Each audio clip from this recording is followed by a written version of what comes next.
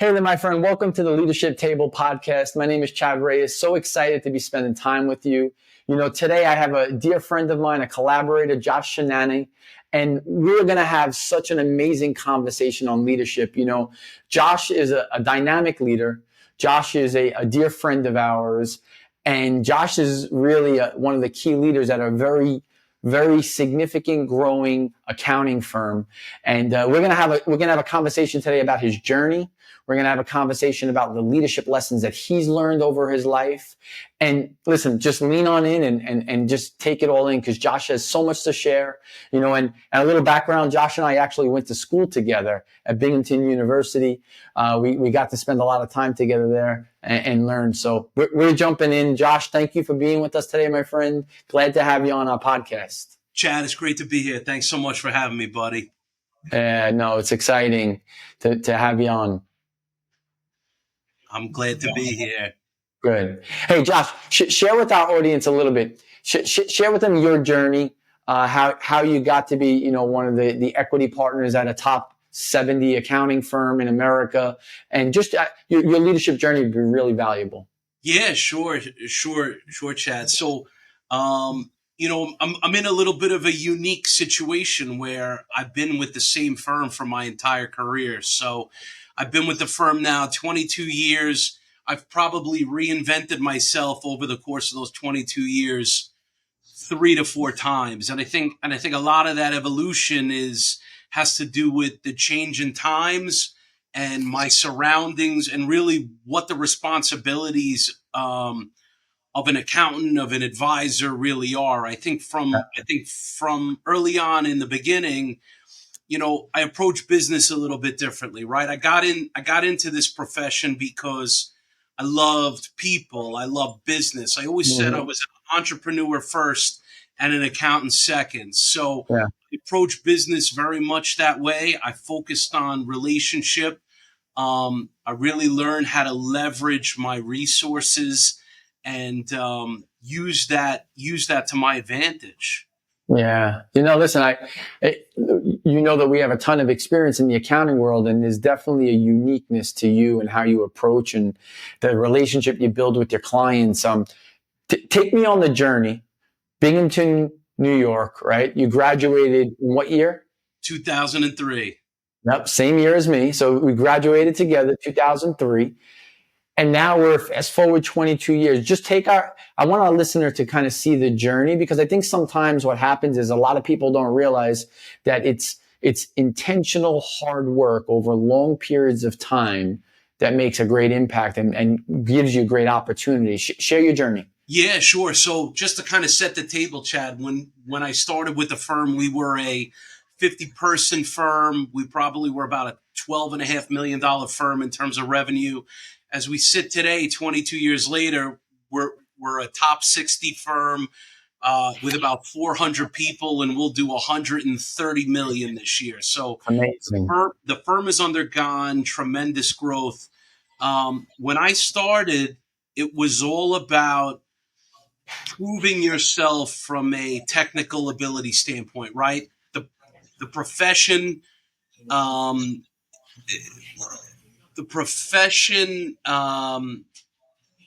to think of the word, embrace success as a function of technical ability, right? It was all about IQ, had to be the smartest guy in the room. That meant everything. Yeah.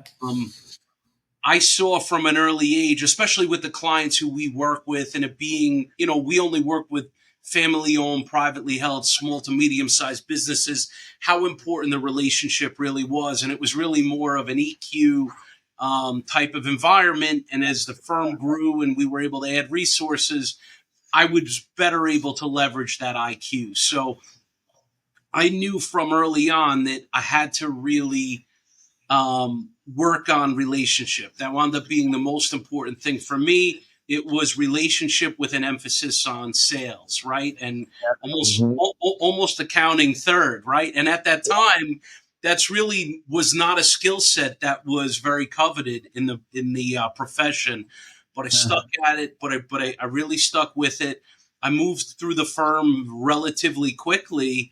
However, the biggest knock against me in my career was I didn't have my CPA license, and for me, it was really a challenge because I thought I would be promoted through the profession based on dedication, based on how hard you work, and the firm would just carry me through to for the ride. Um, and at some point, I did pass my exam, and from there they made me a partner pretty quickly. So um, it was certainly one of challenge. My career, it's challenging every day. Uh, Mm-hmm.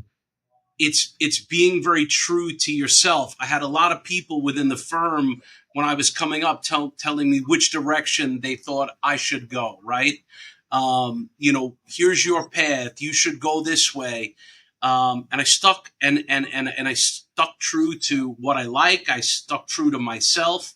Yeah. Never really changed who I was, and I let people see me for um, the professional I was, the leader I was, my ability to motivate, my ability to develop the people around me. Because look, unlike most, I don't like to work that hard. I like to say that I do. People assume that I do, but I do much better letting other people do the work for me. So it very much became a road of motivation and development that would enable me to continue to grow within the firm and really focus on doing what I like, which is really advising clients from a high level business perspective, Mm. developing relationships and developing people. Yeah, no, that's awesome. I'll say this, and Danielle and I often say this. You have a way with people that they get to know you care, but then they also want to become better because of you, right? Like one of the things I think is a great leader does is they walk into someone's life and their life becomes better because you've encouraged them, you've challenged them, and you've given them the tools that they need to grow. Um, can you help?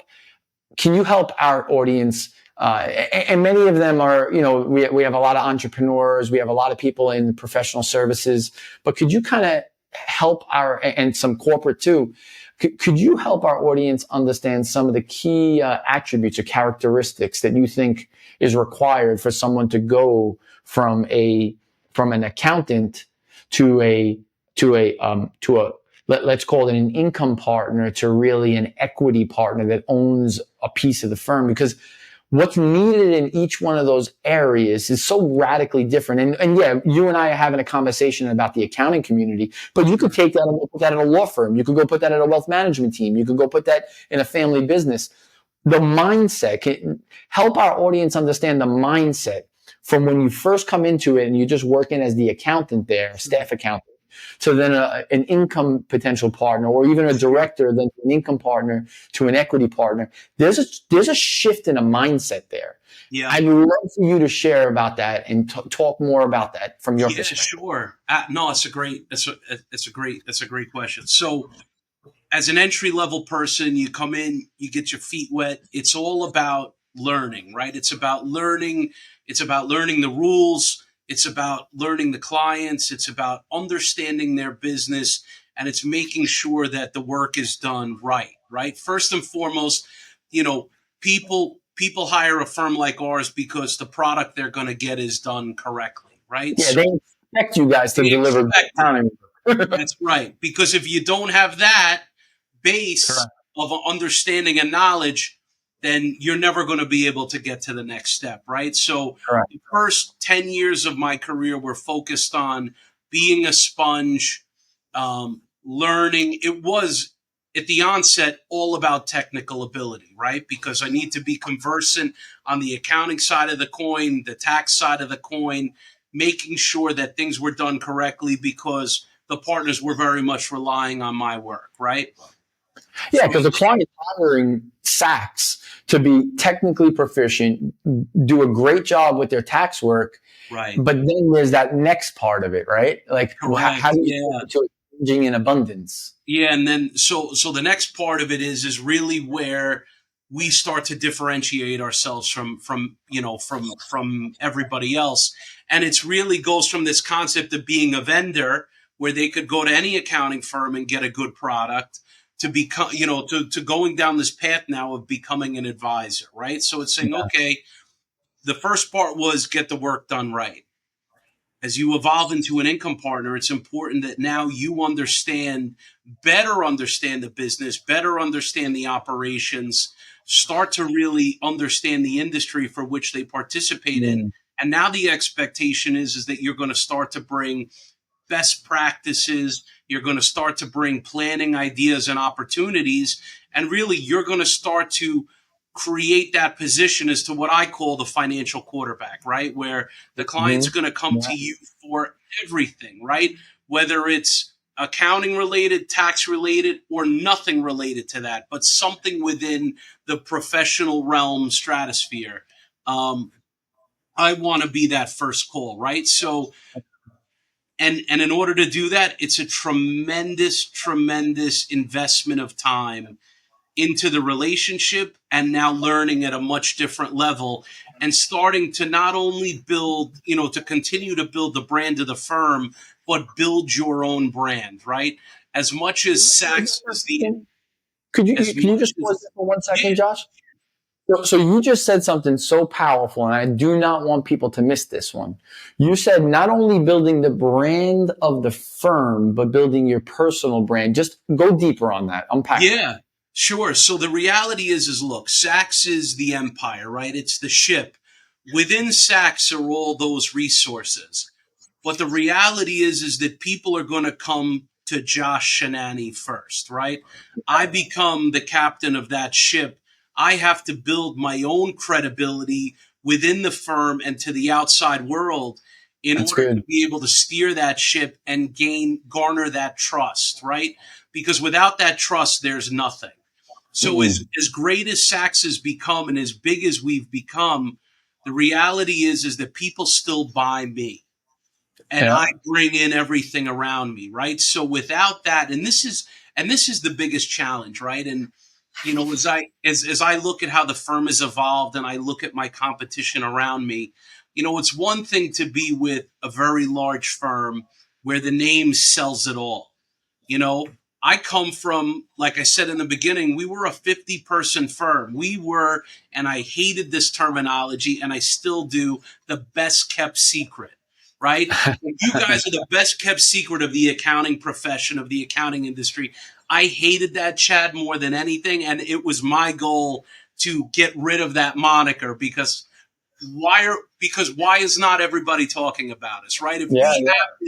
If we have this secret sauce, why is everybody not experiencing it, right? So I put it on my back and my career to destroy that moniker so that people know who we are and what it is we're capable of. Josh, as you're sharing that, I'm thinking of something that our friend and mentor, John Maxwell, always says. He says that there are maintainers and there are builders. Maintainers, you give it to them and they maintain it and they make sure it moves. And then there's builders and you give it to them and they take something and they make it bigger, better, faster. And there's no doubt that you are a builder at Saks, right? Yeah. And the career path that you took, you could have been a maintainer. You could have just continued to make sure you just do all your accounting work, all your clients are just served. But you decided to take it from a maintainer to a builder, and then now moving into the path of an equity partner.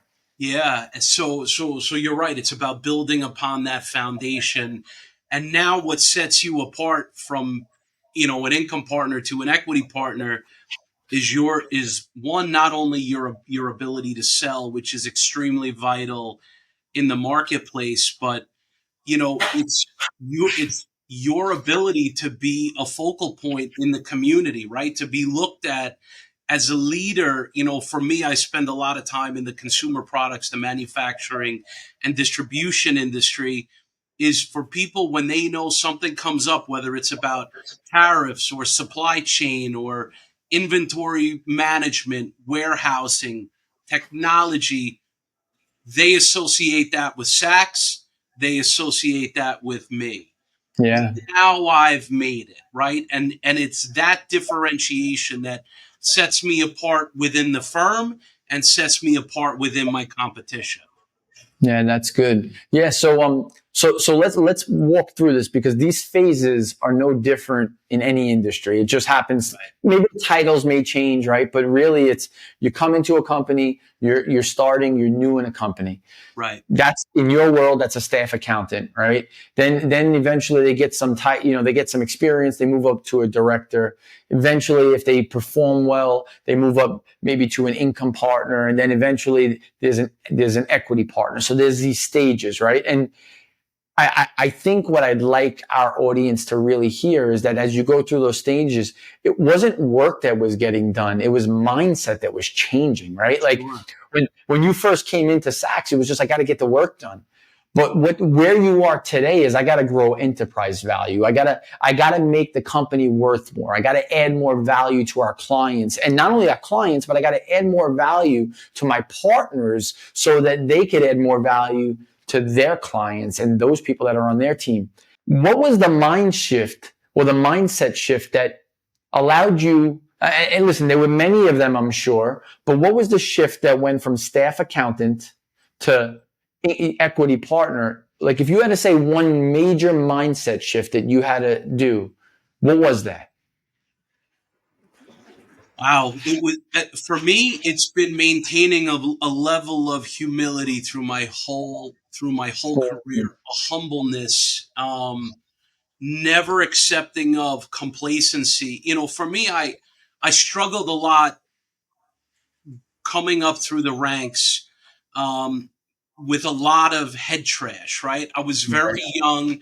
I was very successful. I spent a lot of time convincing myself that I was never good enough, right? Because of my age, because of my experience, because Yeah. in some cases I was a 32-year-old partner with a 60-year-old man or woman, right? So we're talking about 10 years of experience for me versus, in some cases 60 years of experience for them, because Yeah. they started sweeping the floors at 5 years old, and so for me, it was always maintaining a sense of humility, never complacency, always learning, never afraid to ask the question, right? And invest, right? You've got to make an investment of time where you'll never be successful, right? Yeah. If I you, say that often. I say, when you look at a leader, I can tell you where they're going to be by two things: their calendar and their bank account. And I don't mean the amount of money that's in their bank account, their checkbook, the amount that they write to grow themselves. Good leaders don't expect to just drift into being a great leader. They know that they got to invest time and they got to invest money. And when you want to see where someone's going, if they're not investing time and money and growing, it's not going to happen. right. That's true. That's Right? exactly right. It's exactly right. And as you continue to move, right, that investment of time never changes. As you become more successful, you actually invest more time, right? It's this never stopping. But over time, you learn how to leverage work down, which is Yeah. extremely important, and you develop trust of the people who you're working for, right? Because when you develop that trust, and you create that confidence that maybe I lacked, you know, Yeah. they grow, and by them growing, you grow, right? So my ability to rely on the work of the people beneath me, because I've trained them and I've mentored them and they've watched my growth and I've paid attention to their growth, that allows me to focus on growing the relationship forward. Yeah.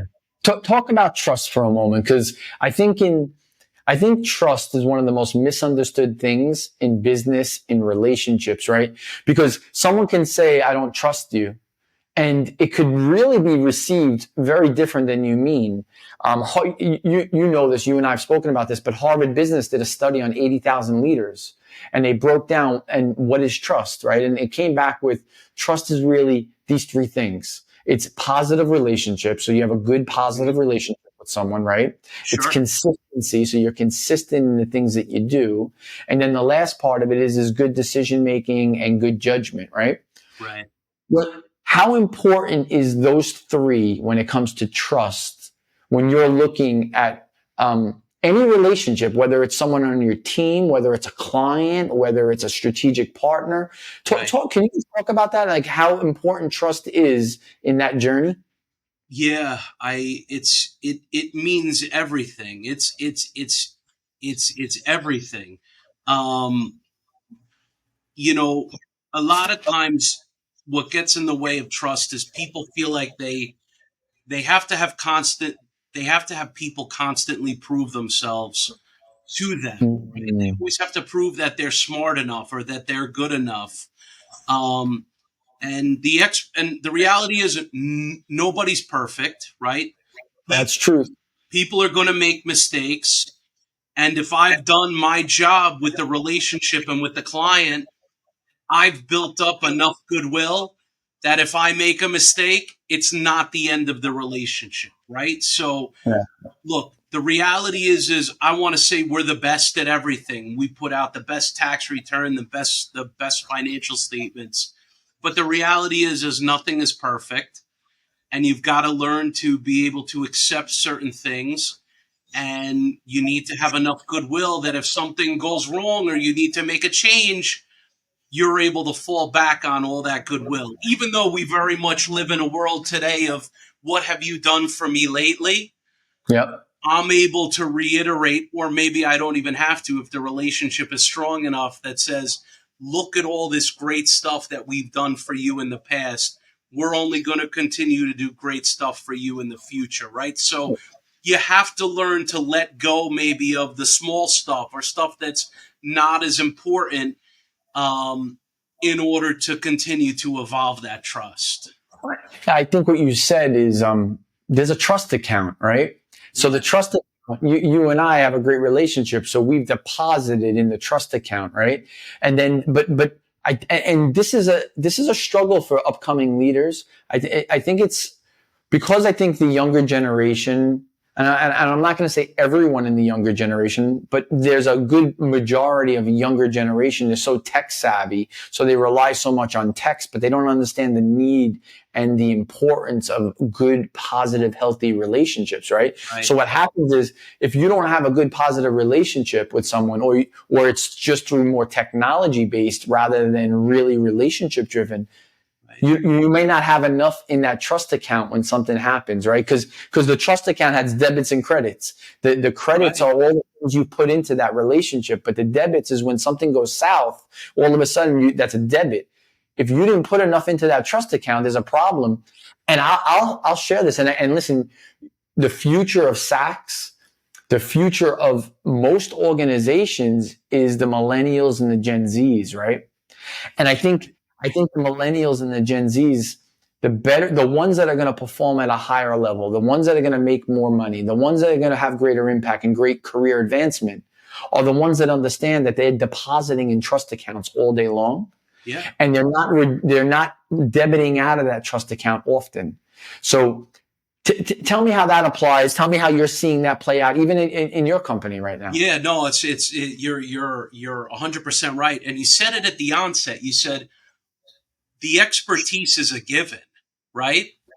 Yeah, So if the expertise is a given and they could go somewhere else and get the same expertise, then what else do I have that sets me apart from my competition, that's right? truth. So absent the relationship and absent me and my brand and my investment of time, we're no different than any of our competitors, right? So and look, the generation before us said the same thing, right? That the future Saks partner will never take the firm to the heights that we took it, right? But as new generations come along, there's new expertise, there's new ways of business, Yeah. and the business has to evolve around you, right? But you're right. For the clients that we work with in the industries we work with, it's all about relationship. That is the end all be all.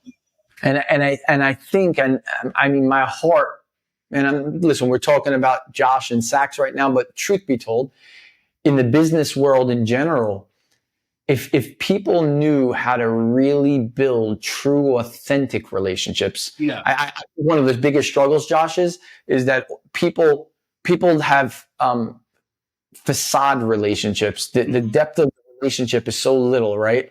Where there's no real truth. Danielle and I often talk about when we're working with business leaders, we're talking to them how to make true connection, how to build a relationship.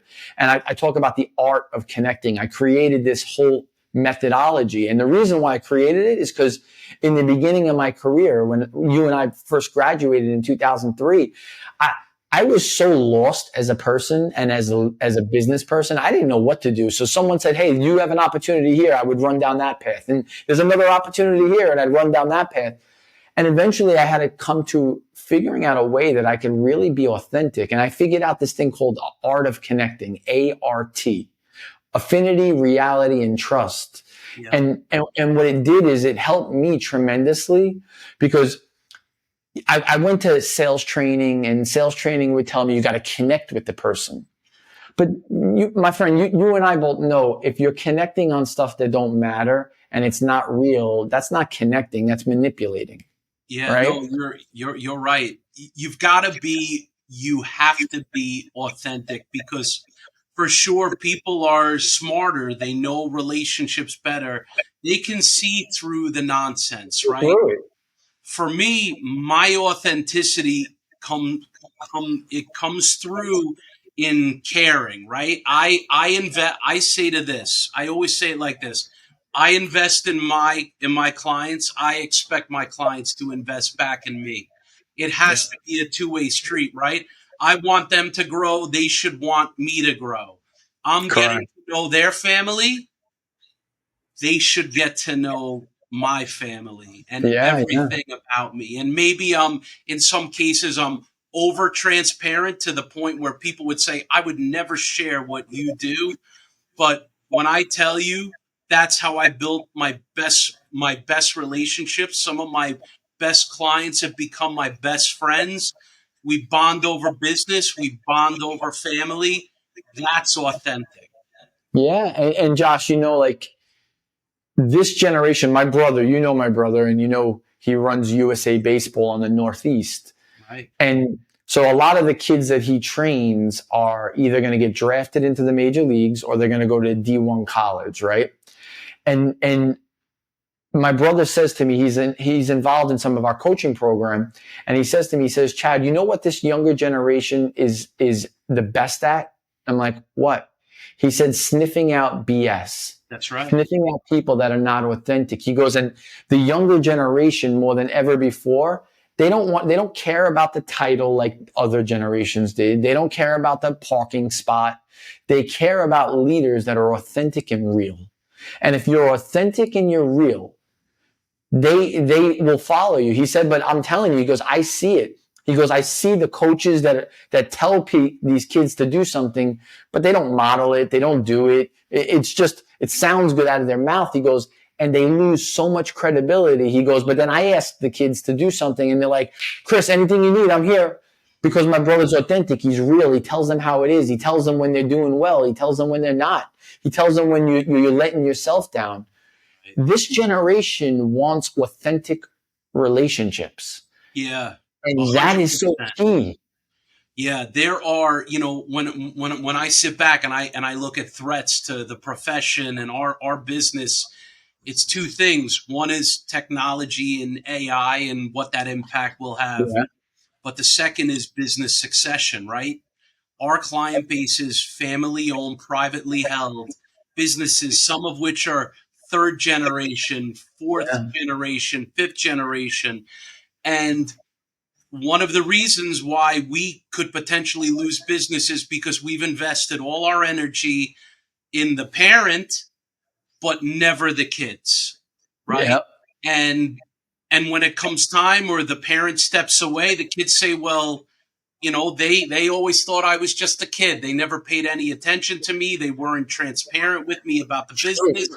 And you know what? You were my father's or my mother's accountant. I want my own accountant, right? So it's your ability to connect.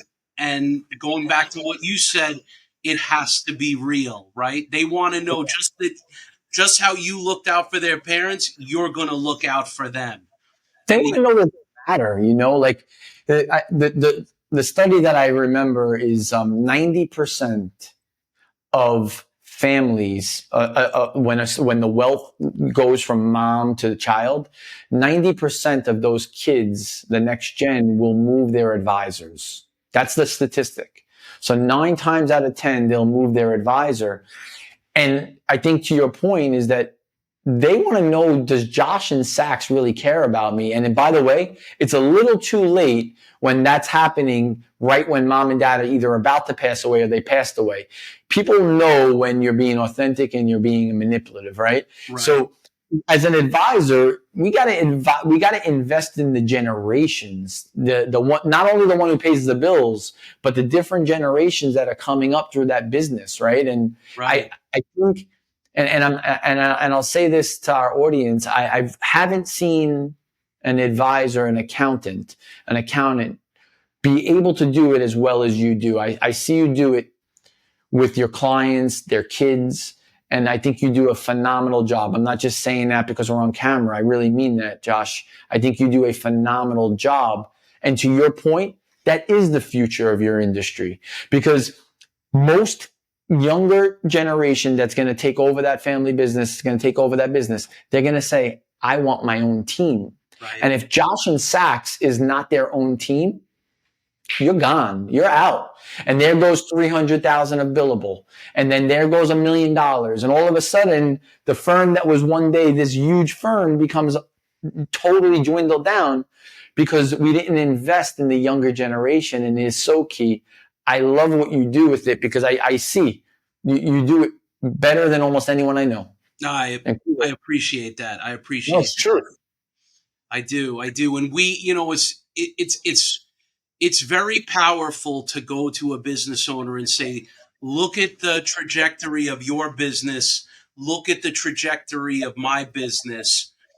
Much like you're transitioning to your next generation, we are doing the same. And that for many, many years was the biggest knock against the accounting profession, is exactly that point, that you would have folks who would sit in that chair and they would be in that chair for 40 years, 50 years. And that's not the way that business works today, right? It's my ability to get into the relationship, make it special, evolve it, and then step aside and let the next person step in, right? So it's a client of the firm's for life. Correct. Not a client of mine for life, right? So this is where, and I'm in a profession where there's a lot of big egos, and people will always say that the next person will never do it as well as I am. But in reality, that next person should be even better than I was, right? Josh, they're building off your shoulders. If they're not, how about this? You ready? Yep. I have some great mentors in my life. You know some of them, right? Sure. You know John Maxwell's one, Joe Matera is one, Chris Hodges is one. These are great leaders that are impacting globally. But I will tell you this. If I don't do greater than them, I did something wrong. Because I'm not building where they started. I'm building off of their shoulders. So what John has done, I better be doing better. What Joe has done, what Chris has done. And I think that's a big struggle in organizations, is that a lot of times the person's protecting the position rather than giving them a platform so that they can go further. That's exactly right. That they are trying to preserve their own well-being, right? So, just like we kind of talked about before, Saks is a brand, but I am my own brand as well. I step aside for the benefit of the greater good as I believe my brand is, and how much work I've put in to build it. I know for the benefit of the firm, I need to step aside. And it's a mentality as simple as saying, these are Sax's clients. These are not Josh's clients, right? I may have brought them in. I may have cultivated them, but the reality is they're here. And even if I were to exit, Sachs will always be here to take care of them. Correct. And better than I would do it on my own. And well, it's a mindset shift, and this is the difference between a team approach and an individual approach. Right. Individual approach, they look at it through my lens. I produced it. I did it. team approaches. We did it. We produced it. We grew it. Right. And I think that the better leaders, John says this all the time. He says one is too small a number for greatness. Right. So truth be told is that you really can't become great at anything if it's just you. So anything that has been done that has significance behind it required a team. And the best people at Saks are going to say we. The ones that are going to create problems are going to say I. That's and right. when there's a lot of I's, there's a problem. When there's a lot of we's, we could do some amazing things together. Hey, we probably have 3 or 4 more minutes. In wrapping, what is one thing that you would love for our audience to take away from our conversation today? Like one major thing that if you can take this piece of meat away from the conversation, it'll make all the difference in your leadership journey. Oh wow, that's a great one. I think effort is the most important thing, right? You you have to invest the time in your career, right? It helps your own professional development, it helps the advancement of the organization, and it Mm-hmm. helps the people around you. And this whole concept of we versus I is very important. I, Mm. on my own, would never have been successful within the organization because I was not your typical accountant. If anything, I always said, I'm not an accountant who's an entrepreneur. I'm an entrepreneur who just happens to be working within an accounting firm. And I learned at a young age to lean on my resources, even if it made me look not as strong or not as smart, because I knew I would get there eventually, but I needed the expertise. I needed the knowledge from everybody else to help me to build my brand and to see where I fit within the whole entire Saks organization. So it's, you know what, you've got to be honest with yourself. You have to be able to look in the mirror and understand what you do really well, understand where your weaknesses are, and and the last thing is, Chad, you have to constantly evolve, right? Evolve. Yeah. Like I said before, I probably evolved 3, 4 times in my 20-year career, and I reset every 5 years to bring myself new energy, in order to continue to advance the firm forward. Yeah. Yeah. No, I couldn't agree more. And evolving now is not it's not a like I would like to. It's a necessity. If That's we're right. not growing, we are digressing. And Right. with the artificial intelligence taking over the way that it is, if we're not growing, we're going to wind up seeing our market share digress. We're going to wind up seeing our incomes go down because really at the end of the day, that's how fast things are moving today. Things are moving at a pace that is unprecedented. You got to get ahead of it. And I love the way you look at leadership. I love the way that you look at accounting.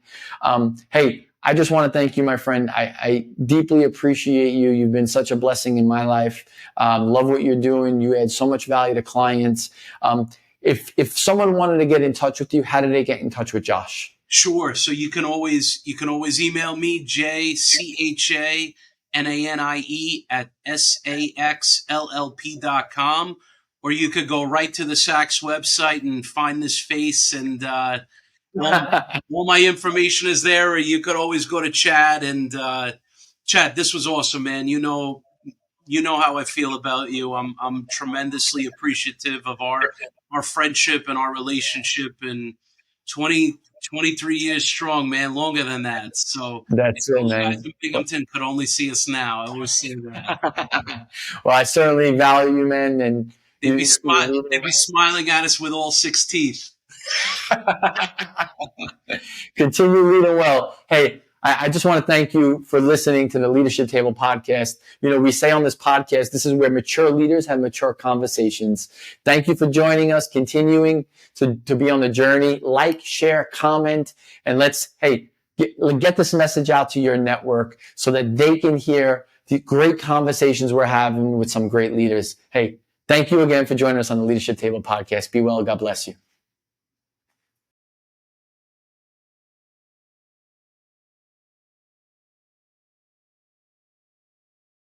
Listening to the Leadership Table. I am so excited that you've joined us. Hey, listen, you want to join us in future episodes where we're going to invite some of our greatest friends, some of the greatest leaders we know to share all about their leadership journeys and just add tremendous value to you and your teams. Hey, listen, drop a comment below on your biggest takeaway, that what is impacting you the most. Like it.